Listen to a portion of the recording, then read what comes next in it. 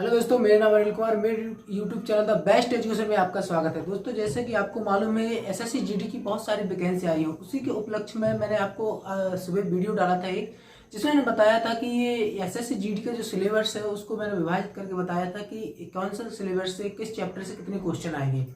उसी के अंतर्गत जीके का एक पोर्शन है, क्या है, भारतीय संविधान। भारतीय संविधान मैंने बताया था राष्ट्रपति के अंतर्गत आज ये टॉपिक लेकर आया हूँ। जो भारत के राष्ट्रपति है उससे संबंधित कितने क्वेश्चन इस एसएससी जीडी के एग्जाम में पूछे जाते हैं, उसी के संबंध में ये वीडियो लेकर मैं आया हूँ। तो आइए स्टार्ट करते हैं। यहाँ पर मैंने अनुच्छेद लिखे हुए हैं, यहाँ पर मैंने वर्णन लिखा हुआ है इनका कि किस अनुच्छेद में क्या दिया गया है। हमने जहाँ पर जहाँ तक सोचा है कि आपको मोस्ट इम्पोर्टेंट कंटेंट ही दे सके, इससे ज़्यादा जो फालतू की चीज़ें हैं उससे आपको बचना है और हमें भी बचना है, ठीक है। तो आइए स्टार्ट करते हैं। देखते हैं सबसे पहले अनुच्छेद 52 में कहा गया है कि भारत का एक राष्ट्रपति होगा, अर्थात राष्ट्रपति पद की बात की गई है। किसमें? अनुच्छेद 52 में। नेक्स्ट आगे देखा जाए तो अनुच्छेद 53 में बताया गया राष्ट्रपति की कार्यपालिका की शक्ति यानी कार्य शक्ति बताई गई है, ठीक है। नेक्स्ट आगे देखा जाए तो आ जाएगा अनुच्छेद 54 में बताया है कि राष्ट्रपति का निर्वाचन कैसे होगा, राष्ट्रपति का चुनाव कैसे होगा, ठीक है। इसके बाद आ जाएगा 56 में बताया पदावधि की जो राष्ट्रपति है, राष्ट्रपति की पदावधि कितनी होगी, ठीक है। और इसके बाद नेक्स्ट हो जाएगा आपका 58 में बताया गया कि राष्ट्रपति की योग्यताएं, राष्ट्रपति के बनने, किसी भी व्यक्ति को राष्ट्रपति बनने के लिए उसकी योग्यताएं क्या होनी चाहिए। वैसे आपको बता दें कि योग्यताएं राष्ट्रपति, उपराष्ट्रपति, प्रधानमंत्री सभी में सेम टू सेम योग्यताएं हैं। जैसे कि वह भारत का नागरिक हो, 35 वर्ष की आयु, हाँ लेकिन प्रधानमंत्री 25 वर्ष की आयु है, इसमें 35 वर्ष की आयु है, ठीक है, कि 35 वर्ष की आयु पूरी कर चुका हो।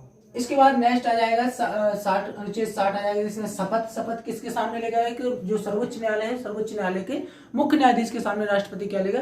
शपथ लेगा, ठीक है। इसके बाद नेक्स्ट बताया गया है अनुच्छेद 61 में बताया गया है कि महाभियोग, राष्ट्रपति पर महाभियोग कैसे चलाया जाएगा, और राष्ट्रपति पर महाभियोग चलाने से पहले 14 दिन पहले उसे सूचित किया जाएगा कि आप पर मुझे महाभियोग चलाना है, ठीक है।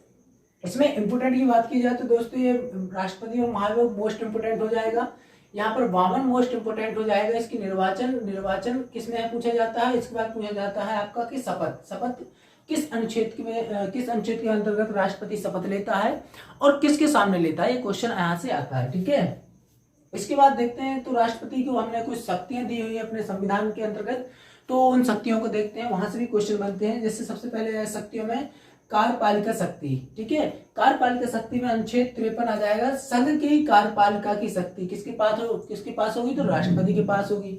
इसके बाद नेक्स्ट आगे देखा जाए तो अनुच्छेद 74 है। अनुच्छेद 74 में बताया मंत्री परिषद राष्ट्रपति को सलाह देने के लिए बाध्य है, ठीक है। मतलब क्या है कि राष्ट्रपति को सलाह देने के लिए एक मंत्री परिषद होगी, जिसका प्रधान कौन होगा? प्रधानमंत्री होगा, ठीक है। ये बात कही गई किसमें? अनुच्छेद 74 में की गई है। अनुच्छेद 78 की बात की जाए तो प्रधानमंत्री राष्ट्रपति को सूचना देने के लिए बाध्य है। दोस्तों आपको बता दें मोस्ट इंपोर्टेंट क्वेश्चन हो जाएगा, ये अभी हाल ही में जो इसका ग्रुप डी का एग्जाम हुआ था उसमें पूछा गया कि अनुच्छेद 78 किससे संबंधित है। तो अनुच्छेद 78 प्रधानमंत्री राष्ट्रपति को सूचना देने के लिए बाध्य है। मतलब राष्ट्रपति है किसी, जैसे प्रधानमंत्री ने कोई बिल बनाया, मंत्री संसद में पास करवा लिया, तो उस बिल के बारे में राष्ट्रपति सूचना मांग सकता है कि कैसा बिल है, क्या इसमें बातें की है, क्या क्या इसमें प्रावधान है, यानी ये सब सूचनाएं मांग सकता है। इसके बाद आगे आता है तो इसके बाद आगे आ जाएगा विधायी शक्तियां। दोस्तों विधायी शक्तियों के अंतर्गत आ जाएगा अनुच्छेद 108। इसमें क्या आता है कि राष्ट्रपति क्या होता है? संयुक्त अधिवेशन बुला सकता है। दोस्तों ये संयुक्त अधिवेशन जब से हमारा संविधान बना है, जब से 3 ही बार बुलाया गया है। एक तो 1961 में बुलाया गया है, इसके बाद 1978 में और 2002 में। 1961 में जब बुलाया था, दहेज प्रतिषेध अधिनियम आया था, उस समय हमारे प्रधानमंत्री थे पंडित जवाहरलाल नेहरू, उस समय हमारे कौन थे? प्रधानमंत्री थे। इसके बाद बुलाया था तो 1978 में बुलाया गया था, उस समय हमारे जो प्रधानमंत्री थे तो वो थे मोरारजी देसाई थे। और फिर इसके बाद बुलाया था 2002 में, उस समय प्रधानमंत्री थे कौन थे? तो अटल बिहारी वाजपेयी थे, ठीक है। इसके बाद आगे देखा जाए तो आ जाएगा न्यायिक शक्तियां। दोस्तों न्यायिक शक्ति में सबसे पहले मोस्ट इंपोर्टेंट हो जाएगा कि क्षमादान, यानी कि राष्ट्रपति किस अनुच्छेद के अंतर्गत क्षमा कर सकता है, यानी किसी व्यक्ति को क्षमा कर सकता है, तो अनुच्छेद 72 के अंतर्गत क्षमादान है इसका, ठीक है। नेक्स्ट इसके अनुच्छेद 143 में बताया गया है कि राष्ट्रपति उच्चतम न्यायालय से क्या कर सकता है? परामर्श कर सकता है, ठीक है। किसी भी बात को लेकर परामर्श कर सकता है। इसके बाद आगे देखा जाए तो अनुच्छेद 124 हो जाएगा। अनुच्छेद 124 बताता है कि सर्वोच्च न्यायालय, जो उच्चतम न्यायालय है, उनके न्यायाधीशों की नियुक्ति कौन करेगा? तो राष्ट्रपति करेगा। ये किसके अंतर्गत करेगा? तो 124 के अंतर्गत करेगा। ठीक है। इसके बाद 217 आता है, अनुच्छेद 217 में उच्च न्यायालय है, जो उच्च न्यायालय के न्यायाधीश की नियुक्ति करेगा राष्ट्रपति, वो किसके अंतर्गत? तो अनुच्छेद 217 के अंतर्गत हो जाएगा। ठीक है। इसके बाद आती है शक्तियों में ही आ जाता है इसका, तो क्या आ जाता है? सैन्य शक्तियां। ठीक है। सैन्य शक्तियों में दोस्तों आपको बता दें कि अनुच्छेद 43 क्लॉज 2 ये संबंधित है। इसमें कहा गया है कि जो भारत की तीनों सेना है, जल सेना, थल सेना और वायु सेना, तीनों सेनाओं का मुखिया कौन होगा? तो राष्ट्रपति होगा। ठीक है। इसके बाद नेक्स्ट आ जाता है वित्तीय शक्ति। तो वित्तीय शक्ति किसके आ जाएगा? तो अनुच्छेद 280।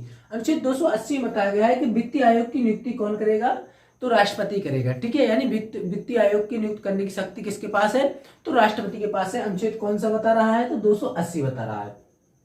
तो दोस्तों यहाँ से तो सीधे सीधे क्वेश्चन पूछे जाते हैं आपके अनुच्छेद से लेकर। इसके बाद आगे कुछ महत्वपूर्ण पॉइंट है, महत्वपूर्ण क्वेश्चन है जहां से पूछे जाते हैं, वो भी आप देख लेते हैं। देखिए यहाँ पर पूछा गया है कि सर्वाधिक अवधि तक रहे राष्ट्रपति, तो डॉक्टर राजेंद्र प्रसाद है दोस्तों। ये कितनी रहे? लगभग 12 वर्ष तक इन्होंने हमारे यहाँ पर राष्ट्रपति के रूप में पद पर कार्य किया है। इसके बाद आगे आ जाए तो भारत रत्न से सम्मानित प्रथम राष्ट्रपति कौन से? तो डॉक्टर सर्वपल्ली राधाकृष्णन हो जाएंगे।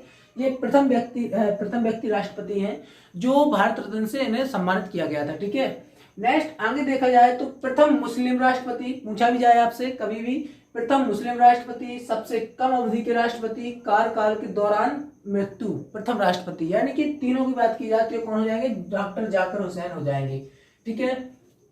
इसके बाद आगे देखा जाए तो प्रथम कार्यवाहक राष्ट्रपति तो कौन हो जाएंगे? बीबी गिरी हो जाएंगे। ये किस समय कार्यवाहक रहे थे? तो 1969 के समय जब जाकिर हुसैन की मृत्यु हो गई थी। ठीक है। और आपको बताया जाए कि जो बीबी गिरी हैं ये एकमात्र ऐसे राष्ट्रपति हैं, इनके जो चुनाव हुए थे, चुनाव में दूसरी बार इनकी गणना की गई थी। किसके समय? तो बीबी गिरी के समय में। तो ये क्वेश्चन आता है कि किसके चुनाव में 2 बार चुनावी चक्र की जनगणना की गई थी। ठीक है। इस टाइप से भी क्वेश्चन आते हैं, पूछे जाते हैं। नेक्स्ट अगला क्वेश्चन हो जाएगा, सर्वोच्च न्यायालय के एकमात्र मुख्य न्यायाधीश जो राष्ट्रपति बने, तो वो है एम हिदायतुल्लाह हैं। ये सर्वोच्च न्यायालय के एक ऐसे मुख्य न्यायाधीश हैं जो आगे चलकर राष्ट्रपति बने, लेकिन कार्यवाहक राष्ट्रपति बने थे, आपको ये भी याद होना चाहिए। नेक्स्ट इसके बाद हो जाएगा एकमात्र निर्विरोध राष्ट्रपति, तो कौन हो जाएगा? नीलम संजीवा रेड्डी हो जाएंगे। इसके बाद आगे हो जाएगा प्रथम सिख राष्ट्रपति कौन थे? तो ज्ञानी जैल सिंह थे। ठीक है। कौन से? तो ज्ञानी जैल सिंह थे। ठीक है। इसके आगे देखा जाए तो सबसे कम उम्र के राष्ट्रपति तो आर वेंकटरमन थे। इसके बाद आगे देखा और क्वेश्चन देखा जाए तो प्रथम दलित वर्ग के राष्ट्रपति कौन थे? तो के आर नारायण थे। ठीक है। आगे देखते हैं प्रथम महिला राष्ट्रपति तो कौन थी? प्रतिभा देवी सिंह पाटिल थी। ठीक है। कब से रही? 2007 से 2012 तक के बीच में रही। ठीक है। इसके बाद आगे देखा जाए, लास्ट क्वेश्चन है आपका कि राष्ट्रपति का प्रावधान लिया गया है, तो कहां से लिया गया है? अमेरिका के संविधान से लिया गया है। ठीक है। तो आज के लिए इतना ही रहने देते हैं। वीडियो अच्छा लगे तो एक लाइक करना है, प्यार से एक कमेंट करना है, वीडियो अपने ज्यादा दोस्तों में शेयर करना है। धन्यवाद।